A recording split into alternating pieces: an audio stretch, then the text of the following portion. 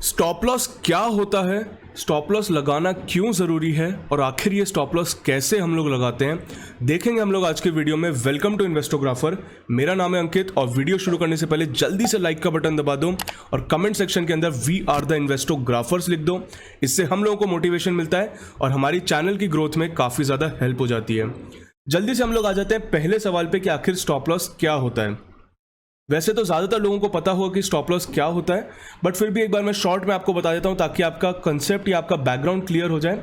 जब भी आप किसी स्टॉक को बाय करते हो और मैक्सिमम स्टॉप लॉस आपका यूज़ होगा ट्रेडिंग या फिर पोजिशनल ट्रेडिंग के अंदर, तो जब आप ट्रेडिंग के अंदर किसी स्टॉक को मान लेते हैं हम लोग किसी इस सर्टेन लेवल पे हम लोग ने स्टॉक के अंदर एंट्री ली, तो जब आप स्टॉक के अंदर ट्रेडिंग के पॉइंट ऑफ व्यू से या फिर एक शॉर्ट टर्म मीडियम टर्म के पॉइंट ऑफ व्यू से एंट्री लेते हो, तो आप एक सर्टेन लेवल डिसाइड करके चलते हो। चाहे वो सर्टेन लेवल आपके बाइंग लेवल से 2% नीचे हो, 5% नीचे हो, 10% नीचे हो, डिपेंडिंग अपॉन कि आप किस तरीके से स्टॉप लॉस लगाते हो।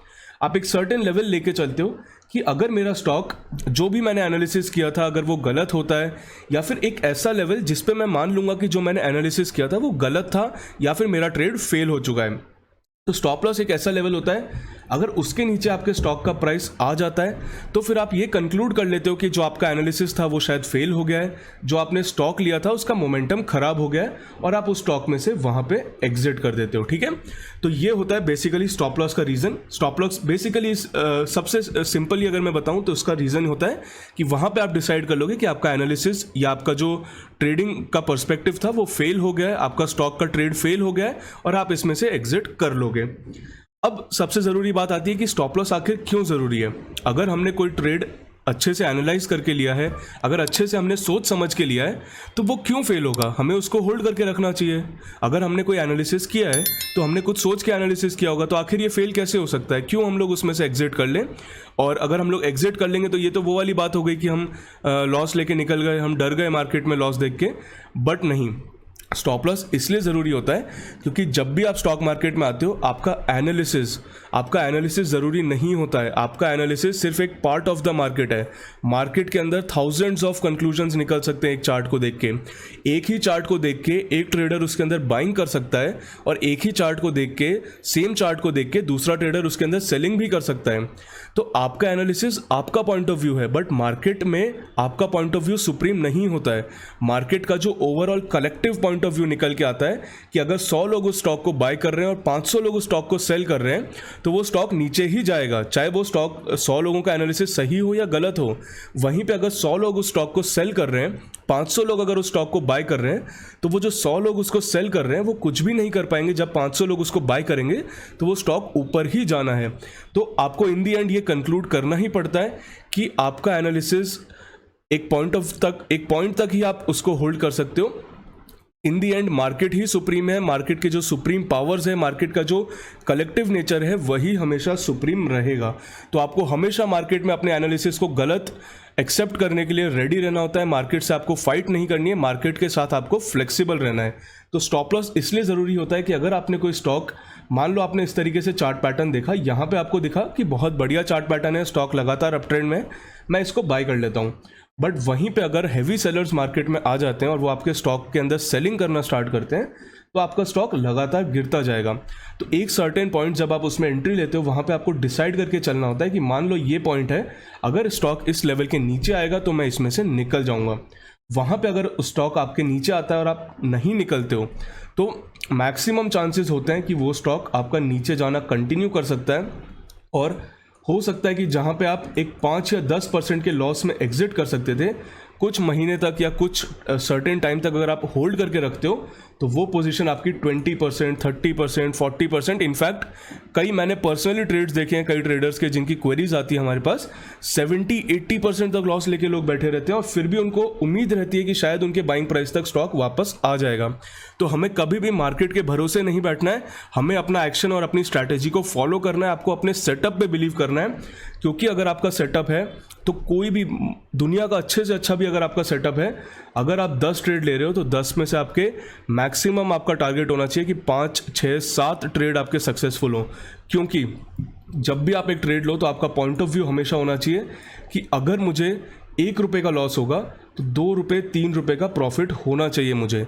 तो वहाँ पे अगर आप 5 से 6 ट्रेड भी आपके सक्सेसफुल हो रहे हैं तो ओवरऑल आप सक्सेसफुल निकल के आओगे मार्केट में। तो आपका पॉइंट ऑफ व्यू हमेशा ओवरऑल प्रॉफिट जनरेट करने का होना चाहिए, ना कि एक ट्रेड के अंदर प्रॉफिट जनरेट करने का, ठीक है। तो ये चीज़ हमें मार्केट में हमेशा याद रखनी है, लॉस लेने के लिए हमेशा रेडी रहना है। कभी भी मार्केट में लॉस से मत डरो, क्योंकि अगर आप लॉस से डरोगे तो आप प्रॉफिट डिजर्व ही नहीं करते हो, ठीक है। तो अब मैं सबसे पहले एक बार ये क्लैरिफाई कर दूं कि स्टॉप लॉस हमें कहाँ पे यूज़ करना होता है। स्टॉप लॉस हमें यूज़ करना होता है जब हम ट्रेडिंग करते हैं। ट्रेडिंग का मतलब क्या होता है? ट्रेडिंग की अगर मैं आपको बहुत ही सिंपल सी डेफिनेशन बताऊं तो ट्रेडिंग का मतलब होता है जब आप किसी भी स्टॉक को ये पॉइंट ऑफ व्यू से बाय करते हो कि मुझे इसको सेल करना है। अगर आपने किसी भी स्टॉक को आने वाले फ्यूचर में सेल करने के पॉइंट ऑफ व्यू से बाय किया है तो वो ट्रेडिंग ही कहलाती है।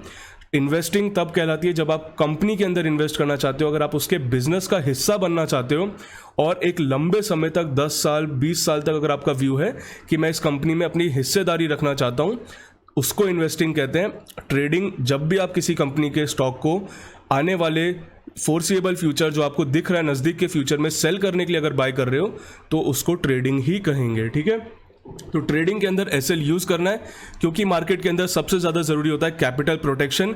जो पैसा आप मार्केट में लेके आए हो, अगर वो पैसा आपने मार्केट में उड़ा दिया, अगर मार्केट में वो पैसा आपने लूज कर दिया तो आप मार्केट से बाहर निकल जाओगे। तो मार्केट में प्रॉफिटेबल वही रहता है जो ज़्यादा लंबे समय तक मार्केट में बना रहता है। अगर आप किसी भी ट्रेडर के बारे में सुनो, किसी भी सक्सेसफुल ट्रेडर की आप जर्नी के बारे में पढ़ोगे तो आपको पता चलेगा इनिशियली उन्होंने भी लॉसेस किए, बट क्योंकि उन्होंने रिस्क मैनेजमेंट फॉलो किया, क्योंकि उनके अंदर डिटर्मिनेशन था, विल पावर थी, वो मार्केट में बने रहे और ओवर द ईयर्स जिस तरह से आप मार्केट में समय देते जाओगे आप प्रॉफिटेबल निकल के ही आओगे अगर आप मार्केट में बने रहते हो। तो इसीलिए सबसे ज़्यादा ज़रूरी है कि हम मार्केट से बाहर ना निकलें, हम मार्केट के अंदर बने रहें, ठीक है। अब हम लोग आ जाते हैं एक इंपॉर्टेंट पॉइंट के ऊपर जो सब लोगों का सवाल रहेगा कि स्टॉप लॉस के एडवांटेज क्या होते हैं, स्टॉप लॉस के डिसएडवांटेज क्या होते हैं। तो स्टॉप लॉस के अगर हम लोग एडवांटेजेस की बात करें तो जो एडवांटेज एकदम क्लियर है, जो कि उसका नाम है कि वो आपके लॉस को रोकता है। स्टॉप लॉस मतलब कि आपका एक सर्टेन लेवल तक अगर आपने यहाँ बाय किया, यहाँ पे अगर आपका स्टॉप लॉस हिट हो गया तो 5% पे वो आपके लॉस को रोक देगा। अब वो मैटर नहीं करता है कि वो स्टॉक 5% का स्टॉप लॉस हिट करके वापस थोड़ी देर यहाँ चल के वापस ऊपर आ गया, वो मैटर नहीं करता है। मैटर ये करता है कि आपने 5% पे अपने लॉस को रोक दिया, क्योंकि एक बार वो लेवल ब्रेक हो गया तो मार्केट में बड़े से बड़ा एनालिस्ट, बड़े से बड़ा इन्वेस्टर, बड़े से बड़ा मार्केट का बिग बुल भी ये नहीं बता सकता कि वो स्टॉक वापस ऊपर आएगा या गिरावट कंटिन्यू रहेगी। तो जब अनसर्टेनिटी होती है तो वहाँ पे सबसे ज़्यादा ज़रूरी होता है आप अपने कैपिटल को मैनेज करना सीखो। कैपिटल को और रिस्क को अगर मैनेज करना सीख लिया तो मार्केट में आपको कोई एनालिसिस सीखने की ज़रूरत नहीं है, कोई टेक्निकल्स, कोई फंडामेंटल सीखने की ज़रूरत नहीं है, अगर रिस्क मैनेज करना आपको आ गया है, ठीक है। तो ये उसका एडवांटेज होता है। डिसएडवांटेज जो कि मैंने बताया, जो कि रिटेल ट्रेडर्स सबसे ज़्यादा फंसते हैं उसके अंदर, कि यहाँ पे अगर मेरा स्टॉप लॉस हिट हुआ, मैं निकल गया और वापस स्टॉक ऊपर आ गया तो मैं क्या करूँगा। ये आपके साथ होगा और मैं कह रहा हूँ काफ़ी बार आपके साथ होगा, खास करके जिस तरह से अभी बुल रन चल रहा है तो काफ़ी बार आपके साथ होगा कि आप स्टॉप लॉस पे एग्जिट कर दोगे, स्टॉक 1 हफ्ते 2 हफ्ते गिरेगा, उसके बाद वापस ऊपर आएगा और आपके बाइंग लेवल से भी ऊपर चला जाएगा, बट उसमें हमें नहीं डरना है, ठीक है। अब हम लोग आ जाते हैं काम की बात पे, एकदम इंपॉर्टेंट बात पे कि स्टॉप लॉस हम लोग डिसाइड कैसे करते हैं, स्टॉप लॉस के पीछे के बेसिक कंसेप्ट क्या होते हैं जिसके बेसिस पे हम लोग स्टॉप लॉस रखते हैं। तो सबसे बेसिक कंसेप्ट बताता हूँ, कुछ भी कॉम्प्लिकेटेड नहीं है स्टॉप लॉस रखने के अंदर, और कोई भी आपको उसमें इंडिकेटर्स वगैरह यूज़ करने की ज़रूरत नहीं पड़ेगी। सबसे बेसिक कंसेप्ट है जो मैं पर्सनली यूज़ करता हूँ। मैं आपको 2 तरीके बताने वाला हूँ। पहला तरीका आपका होगा चार्ट स्ट्रक्चर के ऊपर, दूसरा तरीका होगा EMA के ऊपर। मैं पर्सनली यूज़ करता हूँ चार्ट स्ट्रक्चर वाला तरीका, जो कि सबसे सिंपल और सबसे पावरफुल तरीका है। मार्केट के अंदर सबसे सिंपल चीज़ें ही सबसे पावरफुल चीज़ें होती है। तो चार्ट स्ट्रक्चर वाले तरीके का बहुत ही सिंपल तरीका है कि जैसे मान लेते हैं हम एक हायर हाई हायर लो वाले चार्ट में एंट्री ले रहे हैं। जनरली जहाँ पे भी हम एंट्री लेते हैं वहाँ पे higher high higher low structure ही बन रहा होता है। तो जब भी आप एक एंट्री लोगे इस तरह के एक स्ट्रक्चर के अंदर, तो मान लो कि आपने इस वाले लेवल के ब्रेकआउट पे यहाँ पे इसके अंदर बाइंग कर डाली, ठीक है। यहाँ पे आपने इसके अंदर बाइंग कर डाली, तो बाइंग जब आप करते हो तो जो लोज होते हैं ना, लोज होते हैं आपके डिमांड जोन। डिमांड जोन मतलब क्या होता है, ऐसे पॉइंट्स होते हैं जहाँ पे बायर्स उसको खरीदने के लिए तैयार रहते हैं। तो और जनरली अगर आपने देखा हो तो सपोर्ट्स जो होते हैं वो लोज पे बनाए जाते हैं। लोज पे सपोर्ट इसलिए बनाए जाते हैं क्योंकि मार्केट के अंदर जो ये लो वाले लेवल्स होते हैं यहाँ पे ऑलरेडी काफ़ी सारे ऑर्डर्स लगे हुए होते हैं, तो यहाँ पे एक बाइंग प्रेशर ऑलरेडी बना हुआ होता है। तो अगर आपका स्टॉक गिरता है और जो इसका प्रीवियस स्विंग लो है, स्विंग क्या होता है, स्विंग एक बेसिकली इस तरह का जो मूवमेंट होता है, यहाँ से यहाँ तक का जो मूवमेंट है, यहाँ से यहाँ तक का जो मूवमेंट है, इसको हम लोग एक स्विंग कहते हैं। तो जो आपका स्विंग का लो बना होता है, प्रीवियस स्विंग का लो आपका कहाँ पे, यहाँ पे बना हुआ है, ठीक है। तो उसके लो के थोड़ा सा नीचे, जैसे कि अगर आपका 100 रुपीज़ का स्टॉक है, 100 रुपीज़ के स्टॉक में आपका जो स्विंग लो है वो 90 रुपीज़ पे एग्जैक्टली उसका लो बना हुआ है, तो उसके थोड़ा सा नीचे 89 रुपीज़ के आसपास आप उसमें अपना स्टॉप लॉस रखोगे। थोड़ा सा नीचे क्यों बोल रहा हूँ मैं, क्योंकि मार्केट के इनएफिशिएंसीज को आप अवॉइड कर पाओगे। मार्केट की इनएफिशिएंसीज क्या होती है कि 90 रुपीज़ पे उसका सपोर्ट है, बट वो 5 पैसे 10 पैसे नीचे आ जाएगा, आधा रुपये नीचे आ जाएगा। तो वो मार्केट इनएफिशिएंसीज जो होती है वो थोड़ी सी आप उससे बच सकते हो। तो थोड़ा सा उसके नीचे स्टॉप लॉस अपना रखो, या फिर अगर आप वहां पे भी अपना स्टॉप लॉस रखते हो तो मेंटल स्टॉप लॉस रखो। अगर वो स्टॉप लॉस क्लियरली आपको ब्रेक होता दिखता है, जैसे 90 रुपीज़ पे अगर आपका स्टॉक है, अगर वो क्लोजिंग आपको देता है 89.9 रुपीज़ पे, तो आप उसमें से एग्जिट नहीं करोगे। बट अगर वो क्लोजिंग आपको देता है 89 रुपीज़ पे, 88 रुपीज़ पे, तो आप उसमें से एग्जिट कर दोगे। तो ये चीज़ आपको विद एक्सपीरियंस आएगी। अभी मैं सिर्फ बता रहा हूँ, जैसे जैसे आप इसको यूज़ करना स्टार्ट करोगे, बहुत सारी गलतियाँ करोगे, बहुत सारे सही डिसीजंस लोगे, और धीरे धीरे विद एक्सपीरियंस आपके पास ये खुद का एक इंट्यूशन, खुद का एक सिक्स्थ सेंस जो हम बोलते हैं, वो डेवलप होना स्टार्ट हो जाएगा, ठीक है। तो ये सबसे बेसिक तरीका होता है स्विंग लो पे अपना स्टॉप लॉस मेंटेन करना। और इसी के साथ मैं आपको बता देता हूँ कि स्विंग लो वाले स्ट्रक्चर में हम स्टॉप लॉस को ट्रेल कैसे करते हैं। अब ट्रेलिंग स्टॉप लॉस एक नया वर्ड है, शायद आपने पहली बार सुना हो। ट्रेलिंग स्टॉप लॉस का मतलब होता है कि जब आप किसी स्टॉक को, मान लो आपने यहाँ पे बाय किया था स्टॉक को, यहाँ पे एक स्टॉप लॉस रख के, तो जब वो स्टॉक ऊपर जा रहा है, तो ऐसा तो नहीं होगा कि मान लो आपने 100 रुपये पे बाय किया, अभी वो स्टॉक आपका 130 पे चल रहा है, आपको 30% प्रॉफिट है, बट फिर भी आप अपना स्टॉप लॉस 90 रुपीज़ पे रखोगे, ऐसा तो नहीं करोगे। क्योंकि अगर आपने 30 रुपीज़ का उसमें प्रॉफिट जनरेट कर लिया है, तो वो 30 रुपीज़ का प्रॉफिट जनरेट जो है वो प्रोटेक्ट करना बहुत ज़रूरी है।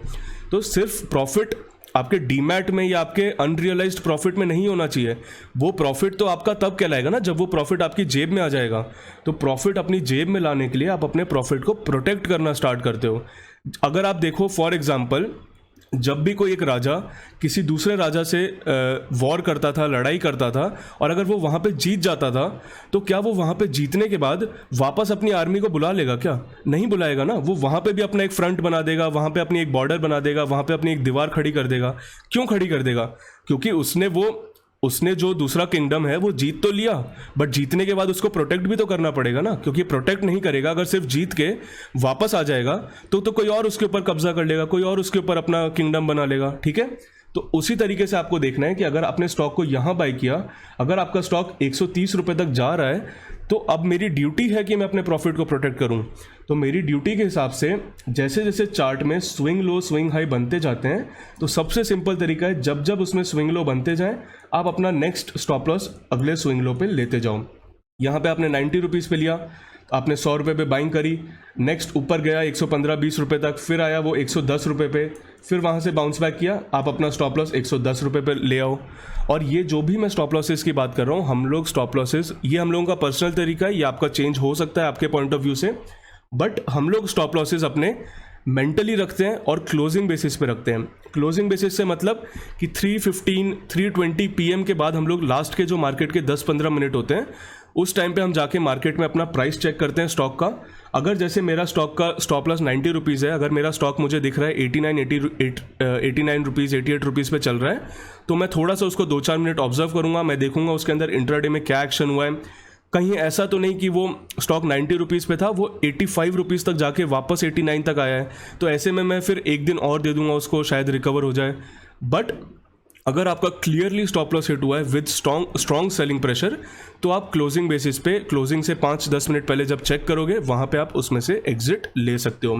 तो ये स्टॉप लॉसेस जो मैं डिस्कस कर रहा हूँ, या जो मेरी पर्सनल ट्रेडिंग स्टाइल है, ऑटोमेटिक स्टॉप लॉस हम लोग नहीं रखना प्रेफर करते, क्योंकि वो मार्केट इनएफिशिएंसीज में हिट होने के चांसेस बहुत ज़्यादा हो जाते हैं और कई ऑपरेटर्स इसका फ़ायदा भी उठा लेते हैं। तो हम लोगों को क्लोजिंग बेसिस पे डिस्कस करना है, क्योंकि क्लोजिंग बेसिस पे मार्केट के अंदर जो इंट्राडे वॉलेटिलिटी होती है, वो वापस बैलेंस होके वापस एक आपको बैलेंसिंग प्राइस आता हुआ दिखता है क्लोजिंग तक, ठीक है। तो इस तरीके से आपको ट्रेलिंग करनी है अपने स्टॉप लॉस की। 110 पे ले गए, फिर और ऊपर गया, फिर आप अपना स्टॉप लॉस 115 पे ले गए, जब इसमें अगला लो बन के वापस ऊपर गया, फिर ऊपर गया, फिर इसमें एक लो बन के वापस ऊपर गया, तो आप अपना स्टॉप लॉस 120 पे ले गए। तो अब इसमें क्या हुआ कि आपने 100 रुपीज़ पे जो स्टॉक बाय किया था, अगर आपने अपना स्टॉप लॉस 120 पे रखा है, मतलब कि कुछ worst of the worst condition, अगर कुछ भी हो जाता है, अगर इस स्टॉक का चार्ट खराब भी हो जाता है, तो भी आप 100 रुपये पे बाय करके 120 पे तो सेल कर ही दोगे। 20 रुपये तो आपके सिक्योर हो चुके हैं, 20 रुपये आप लेके ही जाने वाले हो मार्केट में से। ज़्यादा से ज़्यादा क्या होगा, 120 की जगह आप 118 117 पे सेल करोगे, बट फिर भी वो 15-20 रुपये आपके सिक्योर हो चुके हैं मार्केट के अंदर। तो आपने अपना प्रॉफिट को प्रोटेक्ट कर दिया, आपने अपनी एक बॉर्डर बना दी है कि अब इस बॉर्डर के वापस हम लोग पीछे नहीं आने वाले हैं, हम लोगों की बॉर्डर एक्सटेंड हो चुकी है। ठीक है, अब एक बहुत बड़ा इसके अंदर ओके, तो उससे पहले हम लोग डिस्कस कर लेते हैं जो ईएमए वाली स्ट्रैटेजी है, जो मैं पर्सनली उतनी ज़्यादा फॉलो नहीं करता, बट मैं आपको ये भी बता देता हूँ कि ईएमएस अगर आपको फॉलो करने हैं तो आप किस बेसिस पे फॉलो कर सकते हो और क्या आपका पॉइंट ऑफ व्यू उसमें रहना चाहिए। तो एक हम लोग एग्जाम्पल ले लेते हैं कि एक आपका स्टॉक है जो इस तरीके से चल रहा था, उसका अगर हम लोग ईएमए बनाते हैं तो आप ये येलो लाइन में बना रहा हूँ, इस तरीके से आपका ईएमए चल रहा है। ठीक है, अब अगर आपको एक चीज़ ऑब्जर्व करना बहुत ज़्यादा ज़रूरी होता है कि क्या आपका स्टॉक उस ईएमए को रिस्पेक्ट करता भी है या नहीं करता है। तो अगर आप देखो तो यहाँ पे स्टॉक ने इस ईएमए को कभी ज़्यादा रिस्पेक्ट किया ही नहीं, तो ऐसे केस में आप ईएमएस को फॉलो करना सही नहीं रहेगा। बट अगर कोई आपका स्टॉक है जिसने हर बार ईएमएस के आसपास आके वहाँ से सपोर्ट लेके बाउंस बैक दिया है, तो ऐसे में आप कंसिडर कर सकते हो कि यार ये जो स्टॉक है XYZ, ये हर बार 20 EMA पे जब भी आता है तो वहाँ पे एक बहुत अच्छा सपोर्ट लेता है और वहाँ से उसके अंदर बाइंग आ जाती है। तो based on the history of the stock 20 EMA के लिए एक अच्छा सपोर्ट का काम कर देता है। तो अगली बार अगर ये स्टॉक 20 EMA को ब्रेक करेगा तो मैं इसमें से निकलने के लिए देखूंगा। अब ईएमए के अंदर मेरा एक पर्सनल सजेशन रहेगा जो मैंने मार्केट में ऑब्जर्व किया है, अगर आप फॉलो करना चाहो तो कर सकते हो, नहीं करना चाहे तो भी कोई दिक्कत नहीं है। मेरा पर्सनल उसके अंदर एक्सपीरियंस क्या रहा है कि अगर आपका ईएमए ब्रेक होता है और अगर वो बहुत बड़े मार्जिन से ब्रेक नहीं हो रहा है, अगर सिर्फ 1 या 2% के मार्जिन से ही ब्रेक हो रहा है, तो आपको उसमें से तुरंत एग्जिट नहीं लेनी चाहिए, आपको एटलीस्ट उसमें नेक्स्ट डे का वेट करना चाहिए। जनरली ईएमएस क्योंकि एक एग्जैक्ट वैल्यूज़ नहीं होते हैं, ईएमएस के जो सपोर्ट्स होते हैं वो एक थोड़े से रेंज में काम करते हैं 1-2% के।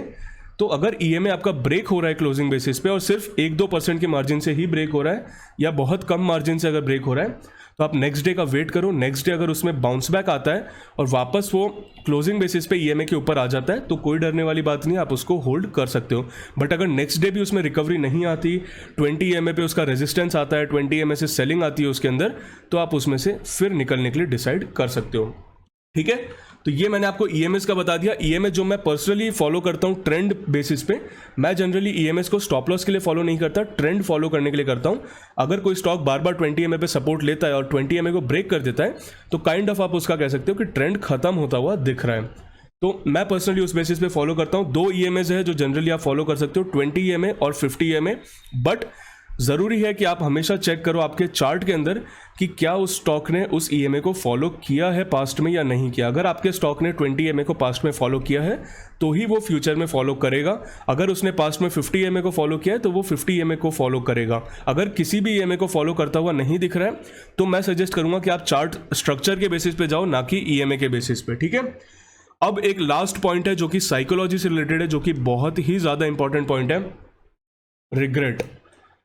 Market is a regret machine. ये चीज़ अगर आप लोगों को पता चल गई तो आप मार्केट में कभी भी डरोगे नहीं, कभी भी रिग्रेट नहीं करोगे। मार्केट एक रिग्रेट मशीन है।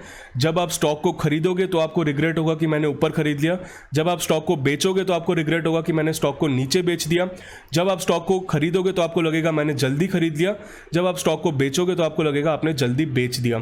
तो मार्केट में रिग्रेट हमेशा होगा। इस रिग्रेट को एम्ब्रेस करना सीखो, इस रिग्रेट के साथ जीना सीखो, ना कि इस रिग्रेट से डरना सीखो। ठीक है, तो रिग्रेट के बेसिस पे कभी भी एक्शन नहीं लेना है, क्योंकि हमेशा आपके माइंड में रहेगा। जैसे अगर आपने कल एक ट्रेड लिया था जिसके अंदर कल आपका स्टॉप लॉस हिट हो गया और आज आप देख रहे हो कि यार यहाँ पे मेरा स्टॉप लॉस हिट हुआ, मैं एग्जिट कर गया, अब ये स्टॉक वापस एकदम से ऊपर आ गया।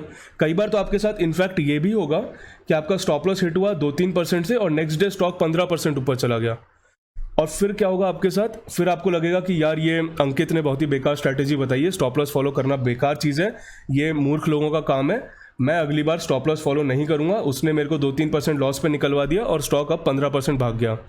नेक्स्ट टाइम जब आप स्टॉप लॉस फॉलो नहीं करोगे ना, तो हो सकता है आपको फ़ायदा हो, बट हो सकता है कि आप जहाँ पे 5% लॉस में निकल सकते थे वहाँ पे आप 50% लॉस में भी ना निकल पाओ। ठीक है, तो मार्केट में हमेशा याद रखना है कि आप स्टॉप लॉस इसलिए नहीं ले रहे हो कि आपको लग रहा है स्टॉक वापस ऊपर नहीं जा सकता, आप इसलिए ले रहे हो क्योंकि आप इससे ज़्यादा लॉस नहीं लेना चाहते। स्टॉप लॉस का मतलब है कि आप इससे ज़्यादा लॉस नहीं लेना चाहते, चाहे वो स्टॉक बाद में ऊपर जाए या बाद में नीचे जाए, मैटर नहीं करता। आज के दिन मैं इससे ज़्यादा लॉस नहीं लूँगा, ये मेरी लिमिट है, अगर इसके नीचे जाएगा तो मैं इसमें से एग्जिट कर दूंगा, चाहे वो स्टॉक कल ऊपर जाए या ना जाए, कोई फ़र्क नहीं पड़ता। ठीक है, अब मैं जल्दी से आपको कुछ एग्जांपल्स दे देता हूँ जिनके अंदर हम लोगों को स्टॉप लॉस की इंपॉर्टेंस बहुत ज़्यादा पता चली है।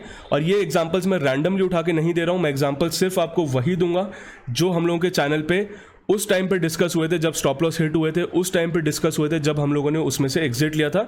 ना कि मैं कोई रैंडमली स्टॉक उठा के दूंगा जो डाउन ट्रेंड में और आपको बोलूं कि यहाँ पे एग्जिट कर देना चाहिए था। ऐसे एग्जांपल तो आपको बहुत सारे मिल सकते हैं मार्केट में। एक एग्जांपल है GIC-RE का। जितने भी यहाँ पे सपोर्टर्स क्लब के मेंबर हैं, जल्दी से पहले तो चैट के अंदर कमेंट के अंदर सपोर्टर्स क्लब लिखो। और मेरे को अच्छे से याद है और पर्सनली मेरे को 2-3 लोगों के नाम भी याद हैं जिन्होंने मेरे साथ इसमें ट्रेड लिया था। मैंने पर्सनली इसमें ट्रेड लिया था GIC-RE के अंदर। अगर आप यहाँ तक का इसका चार्ट पैटर्न देखो तो आप भी यही कहोगे कि काफ़ी बढ़िया चार्ट पैटर्न है, असेंडिंग ट्रायंगल है, उसका बहुत बढ़िया ब्रेकआउट हुआ है। और यहीं पे हम लोगों ने, जब अगर आप देखो ये जो 3% की कैंडल बनी है, यहाँ पे इसके अंदर एंट्री ली थी। यहाँ पे जब हमने इसके अंदर एंट्री ली थी तो क्लियरली हमको दिख रहा था कि प्रीवियस इसका स्विंग लो 196 197 के जोन में है। अगर वो जोन ब्रेक करेगा हम इसमें से निकल जाएंगे, चाहे प्रॉफिट हो लॉस हो, आने वाले समय में मैटर नहीं करता, हम इसमें से निकल जाएंगे। जैसे इसने 196 197 का जोन इस वाली कैंडल पे ब्रेक किया 8 जुलाई को, उस दिन हम लोग इसमें से निकल गए थे। मैं पर्सनली इसमें से फुली एग्जिट कर गया था और 2-3 जो भी लोग थे जो मुझे याद है वो लोग भी इसमें से निकल गए थे। कुछ लोग जो नहीं निकले थे, क्योंकि अगर हम लोग देखें तो बहुत ज़्यादा मार्जिन से स्टॉप लॉस हिट नहीं हुआ था, तो कुछ लोगों ने नेक्स्ट डे इसमें से एंट्री ले ली थी और 1% लॉस लेके, जो कि आप कर सकते हो, जो कि उतना ज़्यादा मैटर नहीं करता। अगर आपको लगता है कि आपका स्टॉक रिकवर कर सकता है तो आप एटलीस्ट एक दिन वेट कर सकते हो, बट अगर नेक्स्ट डे भी उसमें रिकवरी ना आए तो आपको निकल जाना चाहिए। यहाँ पे अगर आप देखो तो सिर्फ मैं आपको एग्जांपल इस बेसिस पे दे रहा हूँ कि जिन लोगों को रिग्रेट होता है ना कि स्टॉप लॉस हिट होने के बाद वापस ऊपर आ जाता है हमारा स्टॉक। यहाँ पे अगर आप देखो तो जब हम लोगों ने इसमें से एग्जिट किया, हम लोगों ने सिर्फ इसमें 4% का लॉस लिया। 4% का लॉस मतलब अगर मैंने 1 लाख रुपए स्टॉक में डाले होते तो सिर्फ 4,000 का मैंने इसमें से लॉस लिया। वहीं पे अगर किसी और बंदे ने वहीं पे 1 लाख रुपए इसमें डाले होते और वो स्टॉप लॉस पे एग्जिट ना करके अभी तक होल्ड कर रहा होता कि यार हम तो बड़े ट्रेडर हैं, हम तो बड़े इन्वेस्टर हैं, हम तो सिर्फ प्रॉफिट में ही बेचते हैं, लॉस लेना तो हमें आता ही नहीं है, लॉस तो हम कभी लेते ही नहीं हैं, तो उस बंदे ने यहाँ पे अगर सेल किया होता, यहाँ पे अगर बाय किया होता 203 पे, अभी तक अगर वो होल्ड करके बैठा होता तो उसको 28% का लॉस हो रहा होता। जहाँ पे मैंने 1 लाख रुपए पे 4,000 का लॉस लिया, वहाँ पे वो बंदा 1 लाख रुपए पे 28,000 रुपये का लॉस लेके बैठा होता। तो आई होप आपको समझ आ रहे होंगे। ऐसे बहुत सारे एग्जांपल्स हैं। एक एग्जांपल मैं और बताता हूँ जिसके अंदर हम लोगों ने ट्रेड नहीं लिया था, बट काफ़ी सारे मेंबर्स ने इसमें ट्रेड लिया था, क्योंकि इसके अंदर एक काफ़ी बड़ी रैली चल रही थी इनिशियल डेज़ के अंदर। तो काफ़ी सारे मेंबर्स ने इसमें इनिशियल डेज़ में ट्रेड लिया था, एंड जब ये सडन इसमें ब्रेकआउट यहाँ पे आया था तो काफ़ी सारे मेंबर्स यहाँ पे हम लोगों को बता रहे थे कि उन्होंने ट्रेड ले रखा है। तो मैंने सिंपली उनको बोल रखा था कि अगर आपने ट्रेड लिया भी है कोई दिक्कत नहीं है, कंपनी हम लोगों को पसंद नहीं है, बट चार्ट पैटर्न अच्छा है, आप ट्रेड ले सकते हो, बट स्टॉप लॉस मेंटेन करके चलो। स्टॉप लॉस अगर आपने यहाँ पे अपना रखा होता 255 पे, तो आप इसमें से अगर आपने, चलो मान लेते हैं किसी बंदे की किस्मत बहुत ख़राब है, उसने टॉप पे बाई किया इसको 322 पे, अगर उसने 254 का स्टॉप लॉस रखा होता तो वो 20% लॉस में निकल गया होता, ठीक है। वहीं पे अगर किसी बंदे ने स्टॉप लॉस नहीं लिया कि हमें तो लॉस लेना आता ही नहीं सर, हम तो हमेशा प्रॉफिटेबल हैं, हमारे पेट का पानी तो हिलता ही नहीं है, वो अभी 70% लॉस में बैठा होता। और मैं पर्सनली कम से कम 5-6 लोगों को जानता हूँ जिन्होंने इसको काफ़ी ऊपर के लेवल्स पे 300 के जोन्स में बाय किया था और अभी 70% लॉस लेके बैठे हैं, ठीक है। तो ये चीज़ें हमें मार्केट के अंदर नहीं करनी। मार्केट के अंदर हमें कैपिटल को प्रोटेक्ट करना है। अगर आपको कैपिटल को प्रोटेक्ट करना आ गया, अगर आपको रिस्क मैनेज करना आ गया, तो आप आज नहीं तो कल मार्केट में अगर लंबे समय तक बने रहोगे तो प्रॉफिटेबल ही निकल के आओगे, ठीक है। तो काफ़ी लंबा वीडियो हो गया, तो आज का वीडियो हम लोग यहीं क्लोज करते हैं। अगर कोई भी आपको क्वेरीज हो इस टॉपिक से रिलेटेड तो कमेंट सेक्शन में डाल सकते हो। अगर मुझे लगेगा कि बहुत ज़्यादा क्वेरीज आ रही है तो एक सेपरेट वीडियो भी बना दूंगा उन क्वेरीज के ऊपर, नहीं तो मैं कमेंट सेक्शन में ही जवाब दे दूंगा आप लोगों को। वीडियो अगर पसंद आई हो तो लाइक करो, कमेंट सेक्शन के अंदर जल्दी से लिखो स्टॉप लॉस ज़रूरी है, स्टॉप लॉस ज़रूरी है, जल्दी से कमेंट सेक्शन में लिखो। सब्सक्राइब अगर अभी तक नहीं किया है तो सब्सक्राइब करो। डेली हम लोग लाइव सेशंस लेते हैं, और अगर हम लोगों के सपोर्टर्स क्लब के अगर आप अभी तक मेंबर नहीं बने हो तो वो भी आप कंसिडर कर सकते हो। सपोर्टर्स क्लब में हम पर्सनली आप लोगों को गाइड कर सकते हैं, पर्सनली आप लोगों के ट्रेड्स में जब आपको स्टॉप लॉस पे एग्जिट करना है, जब आपको पैनिक हो रहा होता है, तो हम लोग आपको क्लियरली बता देंगे कि आप अभी एग्जिट कर सकते हो, अभी अगर आप होल्ड करना चाहिए तो होल्ड कर सकते हो। तो वो सब अगर आपको गाइडेंस चाहिए तो आप सपोर्टर्स क्लब ज्वाइन कर सकते हो, जिसकी लिंक आपको डिस्क्रिप्शन में मिल जाएगी। Thank you.